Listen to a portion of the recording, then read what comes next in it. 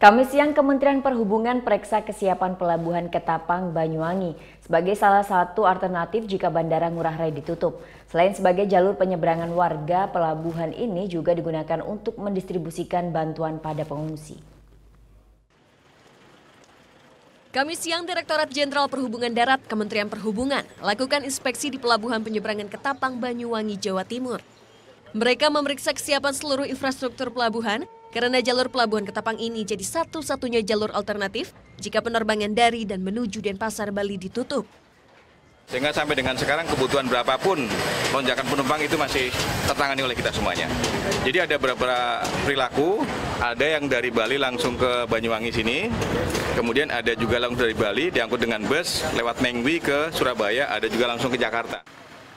Bantuan logistik juga terus diberikan pada pengungsi erupsi Gunung Agung. Kamis siang, 9 truk logistik sembako dari Polda Jawa Timur didistribusikan ke Bali melalui jalur laut.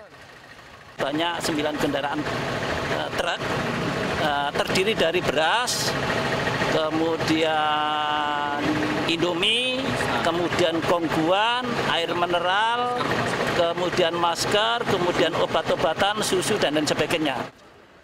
Hingga Kamis, jumlah penyeberang naik hampir 100% dari hari biasa. Antisipasi penumpukan penumpang kapal, pihak KSDP Ketapang operasikan 32 kapal dengan sistem bongkar muat angkut dan menyiagakan beberapa armada bus untuk mengangkut penumpang. Mahfud Sunarji melaporkan untuk NET.